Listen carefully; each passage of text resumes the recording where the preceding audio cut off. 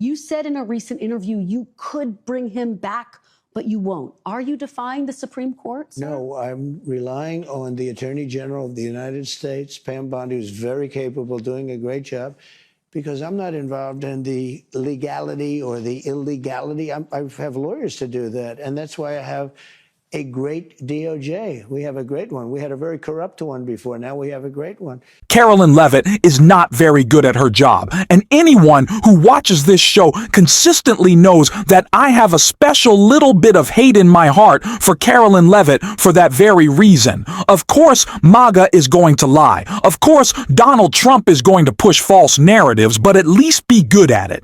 And they're clearly not. So much so that Carolyn Levitt just got Donald Trump and herself into some legal trouble with the threats that they are making against judges, and we are going to get into it all. Before we do, if I could quickly ask you to leave a like on this video, and if you haven't already and you enjoy our channel, to hit that subscribe button. It goes a long way, and it really does mean a lot to me. Now, before we get into what Carolyn Levitt said to have some legal blowback to her unhinged attack, we have to start with what Donald Trump is saying to spur her on, and that's his defiance of the Supreme Court right here. Obviously, you've had a back and forth with the Supreme Court. In a 9-0 decision, the Supreme Court directed your administration to facilitate the return, you've talked about this in the past, of Kilmar Abrego Garcia, from a prison in El Salvador, whose deportation your administration called an administrative error.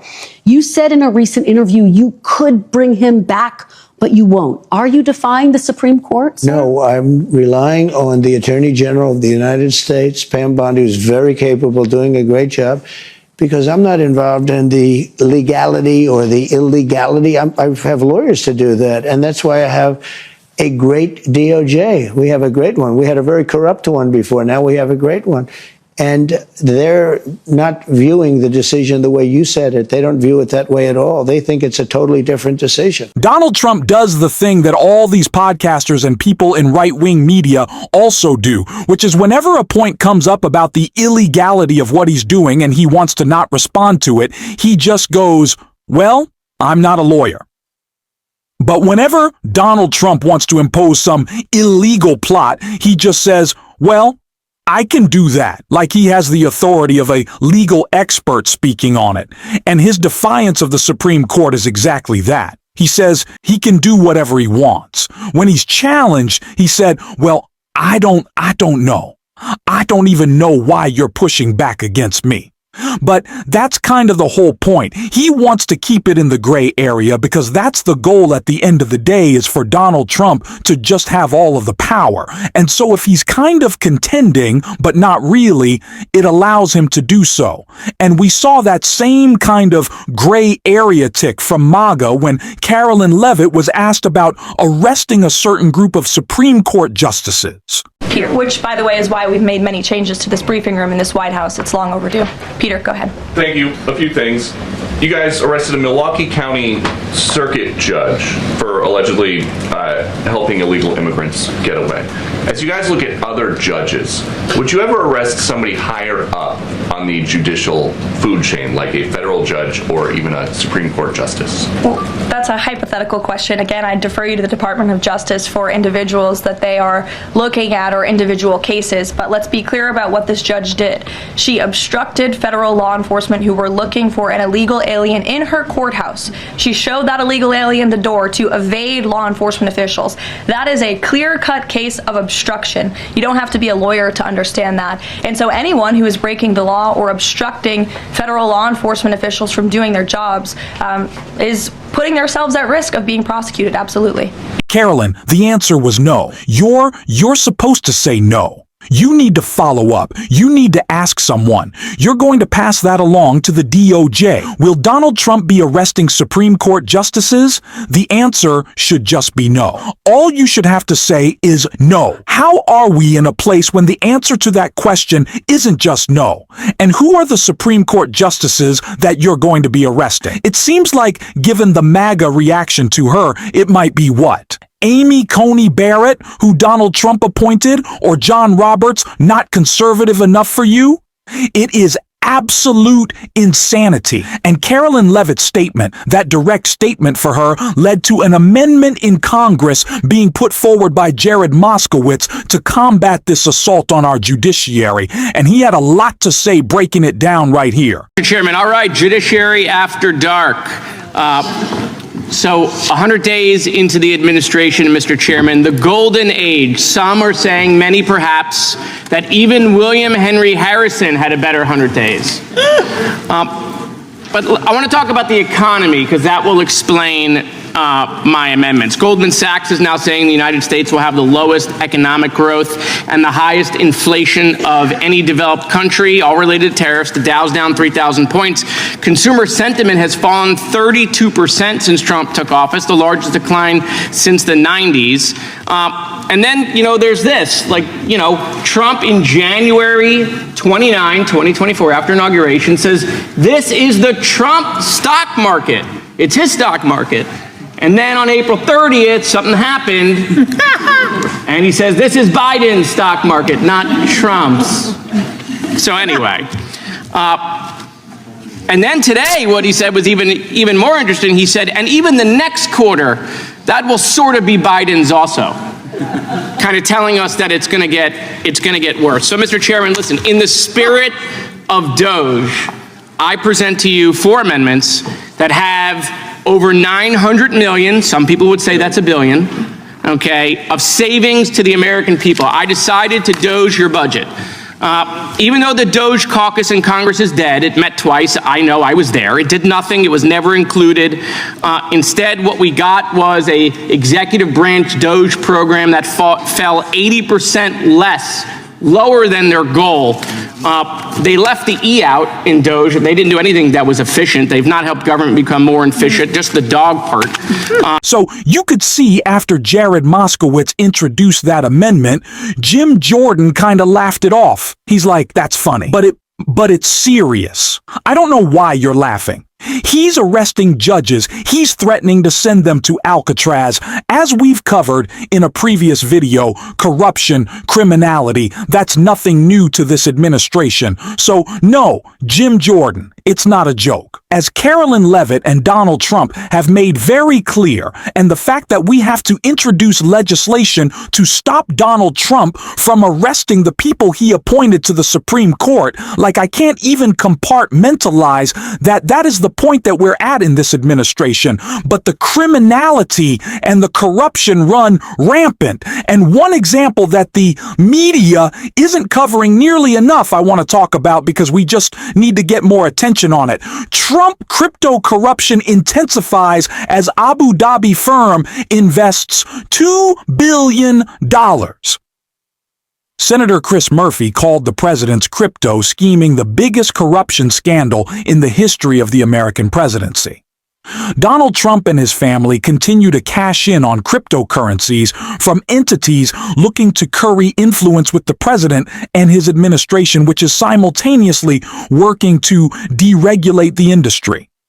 At a crypto conference in the United Arab Emirates, Eric Trump and Zach Witko, son of Steve Wythoff, announced that the Trump's family stablecoin, World Liberty Financials, $1, will be the vehicle for the state-backed Emirati investment firm MGX to invest $2 billion into Binance, the world's largest crypto exchange. The transaction comes with a host of ethical baggage. For starters, World Liberty Financial, a decentralized exchange inspired by Donald Trump, is co-created and managed by the Trump's family, as well as that of Trump's Middle East envoy, Steve Wythoff, who has been functioning like a shadow Secretary of State and will now have direct financial ties to Binance, which in November 2023 pleaded guilty to financial crimes including money laundering, sanctions violations, and unlicensed operations. The exchange was slapped with heavy restrictions on operations within the United States. On top of that, the transactions involves a foreign government with clear political interest in the U.S. Much like Trump used his hotels as vehicles for foreign entities to court favor with his presidency. The signal being broadcast by World Liberty Financial is that the Trumps are open to investment. So there are so many crypto scams happening in this administration, it's hard to understand them all. But what the important point to take away here is that not only does the investment into Trump's crypto schemes in his stablecoins, and stablecoins are a form of cryptocurrency backed by the US dollar, so they're more easily traded by criminals and people looking to keep all of their transactions off of the books. But the reason that you see this investment isn't just because it pumps up the value of Donald Trump's meme coin. The stable coin is intended to stay stable. But the reason that they're purchasing that in mass amounts is because Donald Trump and his family get a transaction fee when the stable coin is purchased.